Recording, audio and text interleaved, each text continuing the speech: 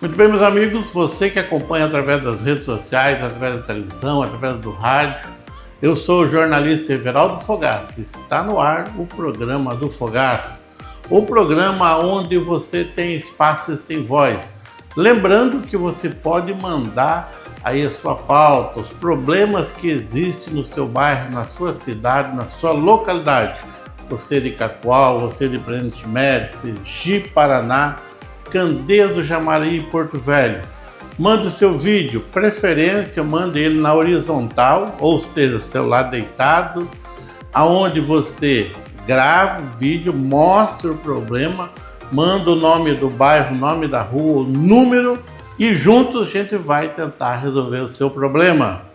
Está no ar o programa do Fogaça e começa com... Você está assistindo Programa do Fogaça, no oferecimento de site O Observador e Rádio Rio Madeira. Estamos iniciando mais um bate-papo eleitoral promovido pela Escola Judiciária Eleitoral de Rondônia. Hoje o tema do nosso bate-papo é povos indígenas de olho na urna, tempo de eleição. Então a gente traz uma temática atual, relevante quanto às eleições que acontecerão no próximo dia 6, domingo, 6 de outubro. Antes de apresentarmos os nossos convidados, eu gostaria de chamar a atenção para todos que, em razão do encerramento antecipado do nosso contrato, o consumo das horas de transmissão de Libras, a gente não vai conseguir fazer a transmissão de Libras nesse evento. Então, colocamos um banner na transmissão, né, para avisar aos colegas que estiverem nos assistindo, que são deficientes auditivos, para ligarem a legenda automática do YouTube, para poder acompanhar o evento. Pois bem, eu me chamo Edgar Manoel Azevedo Filho, estou secretário da Escola Judiciária Eleitoral de Rondônia. Eu sou um homem de 44 anos de idade, com cabelo loiro escuro, né, pele branca.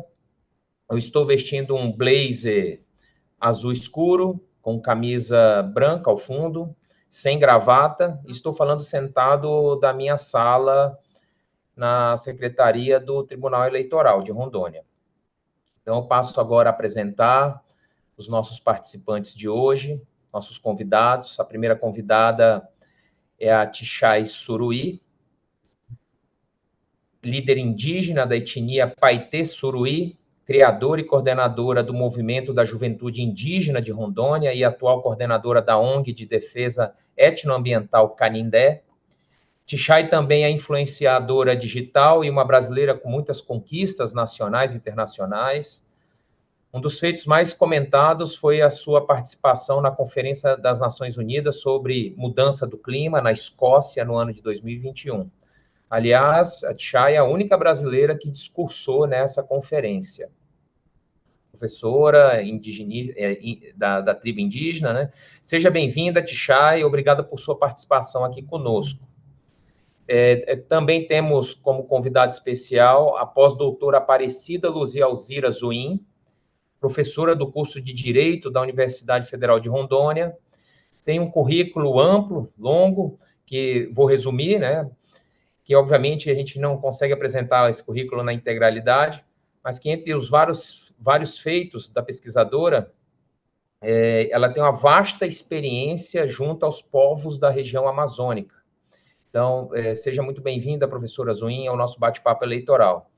E também conosco, como sempre, né, mais uma vez, a gente tem a grata presença do professor mestre Marcelo Xavier da Silva, né, parceiro também da escola em outros bate-papos, é docente do curso de Direito da Universidade Federal de Rondônia, justamente na cadeira de Direito Eleitoral. O professor Marcelo Xavier desenvolve pesquisas atualmente na temática participação indígena na política, democracia e tutela das minorias. Seja também muito bem-vindo, professor Marcelo.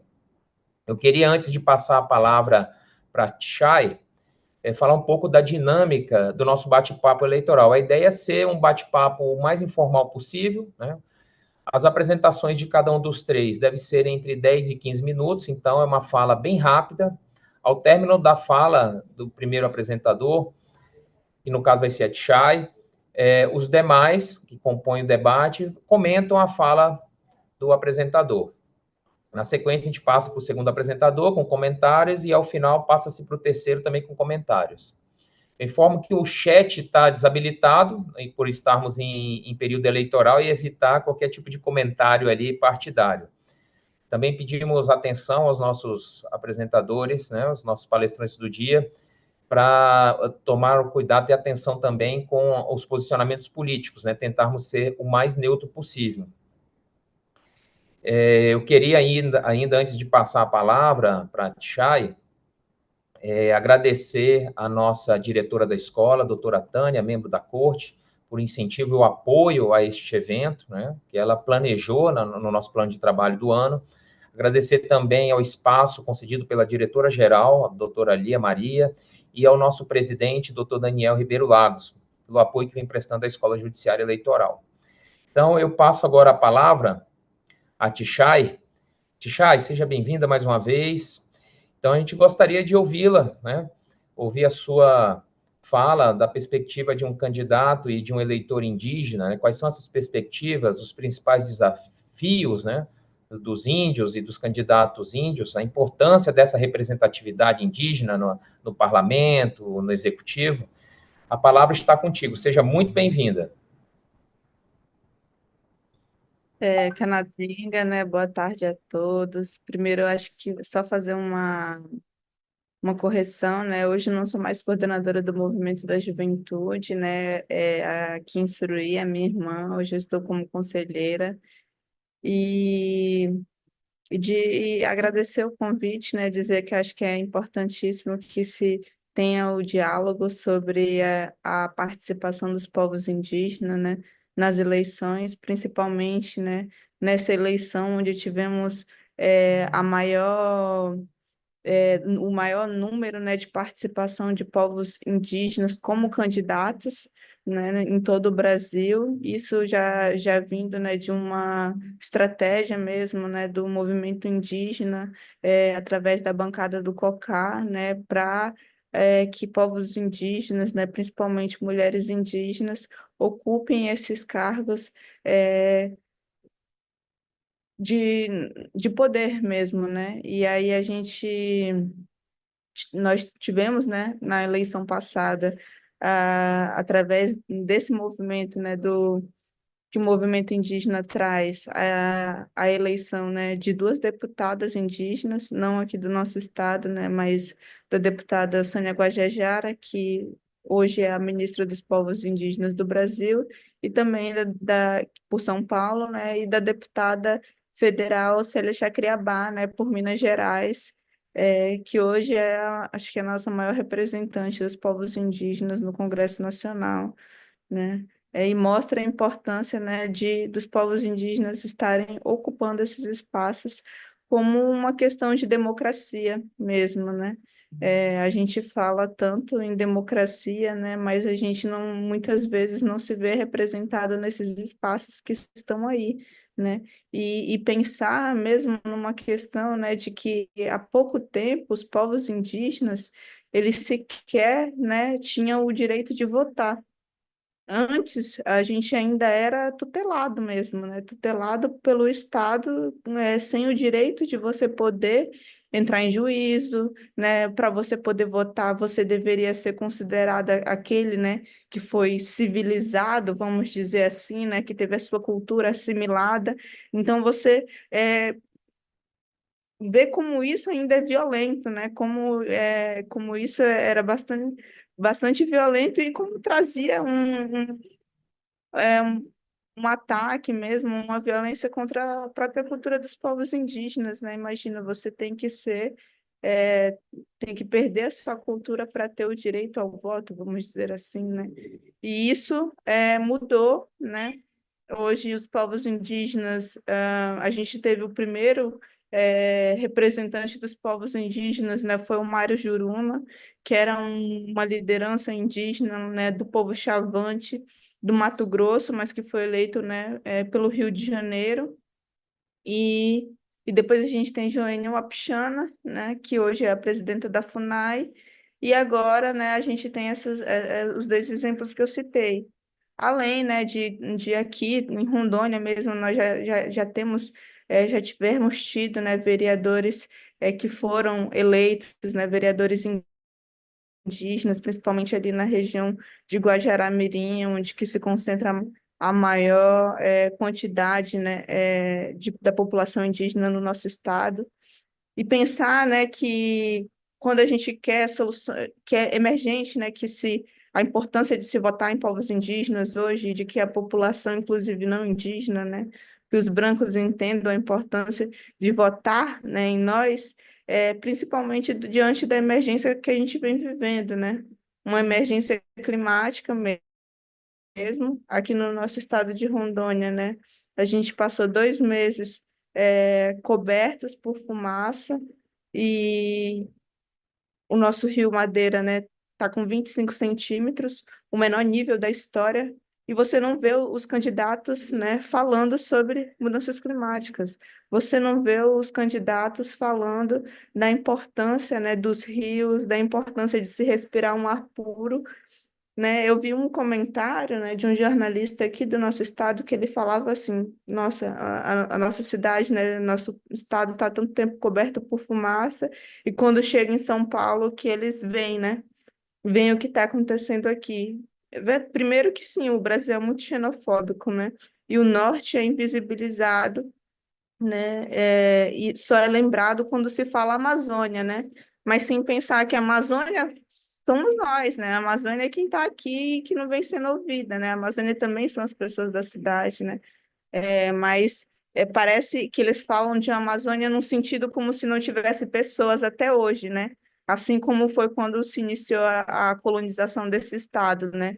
Mandaram, né, as pessoas para cá para se colonizar, dizendo que aqui era um vazio demográfico, né? Quando já existia gente vivendo aqui, os povos indígenas já estavam aqui, né? Mas esse discurso meio que ele segue até hoje, né? Como se a gente não estivesse aqui. E só vira notícia quando realmente chega em São Paulo, né? Enquanto a gente passou 2 meses aqui respirando fumaça, né?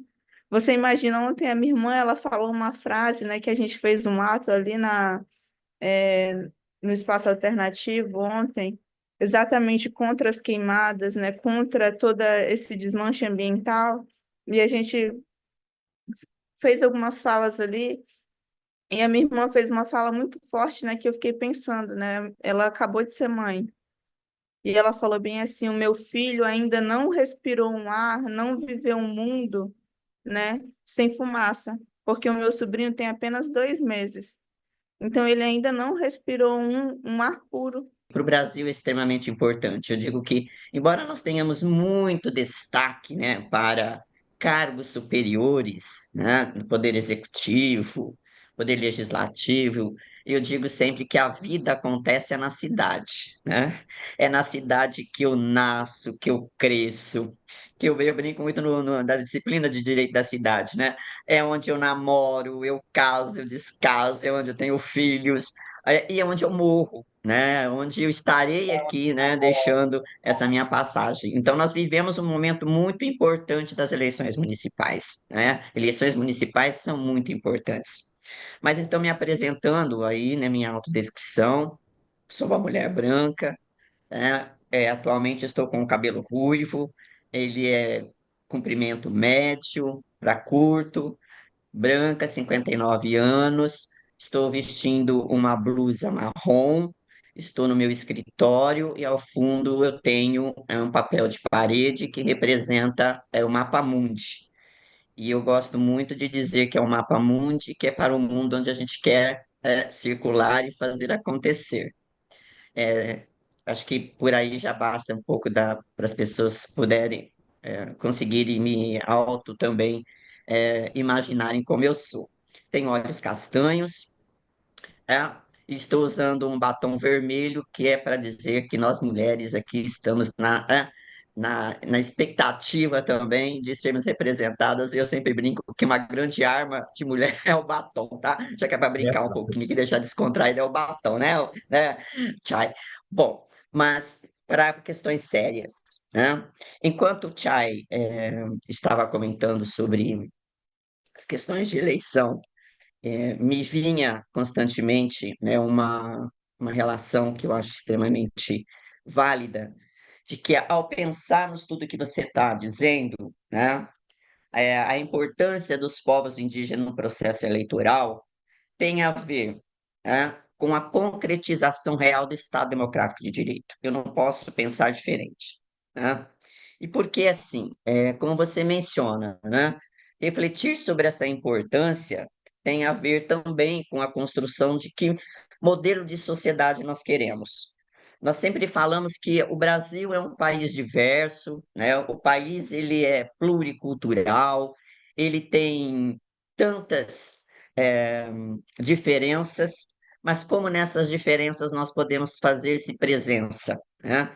E a presença, eu não penso de modo diferente, eu acho que ninguém que está aqui, né, pensa, Chay, que a participação de vocês nesse cenário político é fundamental, justamente para a consolidação do modelo de país que nós queremos, que seja inclusive representativo, né? Então, quando você fala, né, dos desafios que enfrentam, né, mas que, ao mesmo tempo, vocês estão agora cada vez mais empenhados, acho que tem isso uma questão muito forte, o crescimento de candidaturas dos povos indígenas nas eleições demonstram, né, que vocês estão empenhando cada vez mais e se desempenhando cada vez mais para este papel fundamental de constituirmos verdadeiramente o Estado Democrático de Direito. Ou seja, vocês, com esses posicionamentos, né, de se colocarem agora, né, nesse processo, vocês estão também na defesa do meio ambiente? Sim. Das línguas naturais indígenas, como nós falamos? Sim. Na defesa dos modos de vida que vocês trazem, que enriquecem e fortalecem a identidade nacional? Mas, acima de tudo, eu penso que vocês estão trazendo para o debate que é a defesa da democracia. A participação das pessoas indígenas nas eleições, ela está crescendo. E a gente tem visto esse crescimento desde as eleições de 16 para as eleições de 2020, para agora para as eleições de 2024. É claro, eu estou me referindo às eleições municipais. E um outro ponto da fala da Chay, que também me tocou bastante, foi quando ela mencionou que até um tempo atrás os indígenas eram tutelados. E por incrível que pareça, essa legislação que trata justamente disso, que é a Lei 6.001 de 73, que é o Estatuto do, entre aspas, índio, que até a denominação que a legislação utiliza é equivocada, ela classificava, e aí vou falar um pouco para os meus alunos de eleitoral e de direito administrativo, para os demais que estão nos ouvindo, ela classificava os indígenas em 3 categorias: integrados, em vias de integração e isolados. Isso porque a política que se implementava naquela época era uma política integracionista. Era uma política que via o indígena não como um indivíduo cuja cultura precisava ser respeitada, preservada, mas sim como alguém que, em um dado momento do futuro, teria que incorporar a uma ideia de comunhão nacional. E esses indígenas não tinham capacidade jurídica. E a gente só veio romper com esse paradigma com a Constituição de 1988, que a gente sabe que lá no artigo 231 assegura aos povos indígenas e às pessoas indígenas o direito às suas línguas, às suas crenças, às suas tradições, ou seja, o respeito à identidade cultural dessas pessoas indígenas. Então, assim, de fato, assim, por muito tempo, os indígenas não tinham o direito de permanecer indígenas. Isso é muito grave. Ou seja, era uma política estatal de assimilação forçada a uma ideia de cultura nacional. E ver hoje, essa participação indígena nas campanhas eleitorais, porque quando a gente fala de participação política, é um termo muito mais amplo, né? A participação política não compreende só participar de campanhas eleitorais e de votar. A participação política, em sentido amplo, ela vai compreender desde reuniões, a manifestações, enfim, tudo que é tipo de ação pelo indivíduo ou por grupos de indivíduo para buscar participar das decisões do Estado. E aí, nesse ponto, eu faço justamente um contraponto com a fala da professora Zuin.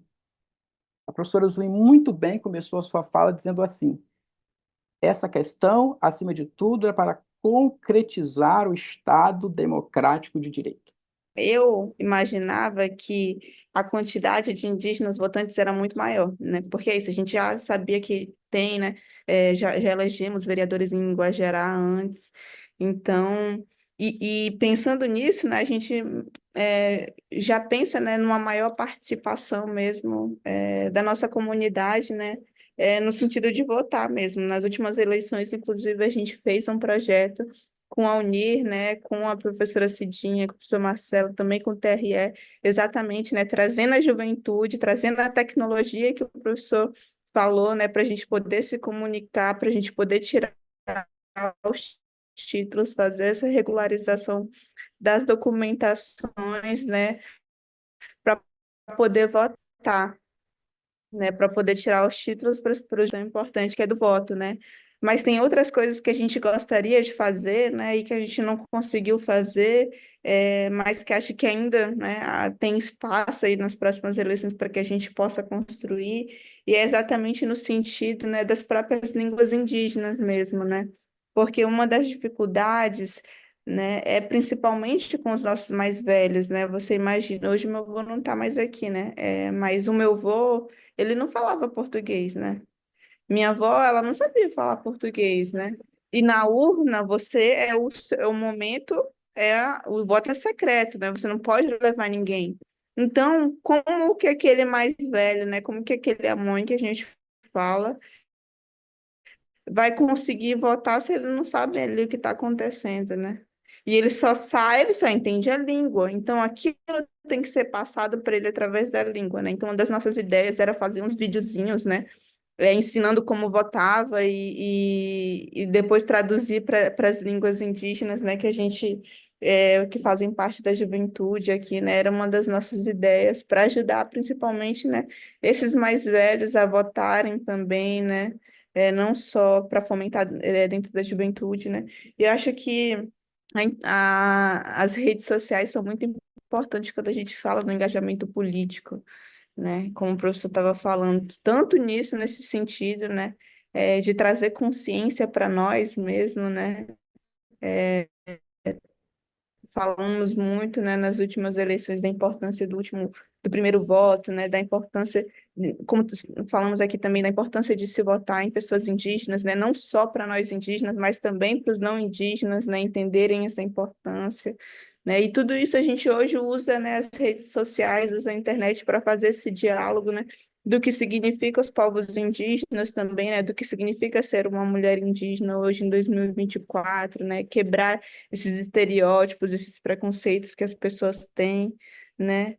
E fazer essas denúncias, como o professor bem falou também, né? Fazer essas denúncias do que está acontecendo, né? E uma coisa importante que o professor falou também, é exatamente essa questão das logísticas e como, né?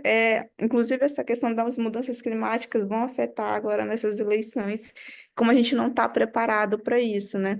As cidades, elas não estão preparadas para as mudanças climáticas. A professora pode falar depois também como os planos diretores não estão preparados para as mudanças climáticas, né? Como muitos dos planos diretores não se falam disso, né? Não trazem isso, muito menos os candidatos, e que já é uma realidade, né? Você imagina, não só comunidades indígenas estão isoladas agora por causa do baixo nível do rio, como também comunidades ribeirinhas, né, que estão sem acesso a comida, a água, né, que estão isolados sem o essencial, né? O votar, a gente ainda, né? Mas e a pessoa que está sem comida, sem água, né? E a gente não está preparado para isso, né? Muito bem destacou a necessidade do respeito à cultura. Sempre que tem uma eleição, eu acompanho bastante todas as questões que tenham repercussão com matéria indígena, até por conta da minha pesquisa do doutorado e tudo mais. E nessa semana passada, chegou para mim um caso, não é aqui de Rondônia, é um caso lá do Mato Grosso do Sul, de que o Ministério Público Eleitoral impugnou a candidatura de um indígena. Isso, por que impugnou a candidatura do indígena? Porque ele não falava português. E aí, por não falar português, ele não tem a alfabetização necessária para preencher, para se afastar da inelegibilidade do analfabetismo prevista na Constituição. Aquilo, assim, foi até o colega lá do Mato Grosso do Sul que comentou e tal, né, que possivelmente ia chegar em recurso lá e tal. Isso foi uma conversa no grupo, no próprio grupo, eu já coloquei lá uma mensagem, se isso chegar em recurso, certamente é para deferir o registro, né? Porque há um compromisso constitucional, Convenção 69 da OIT, também de se respeitar a diversidade cultural e a língua falada pelo indígena, a sua língua natural é a língua nacional e a alfabetização do indígena ela é intercultural. Você exigir que o indígena fale o português para poder ser candidato é você criar uma assimilação forçada para que ele exerça direitos políticos desde que ele se submeta a uma língua que nos foi imposta em 1500.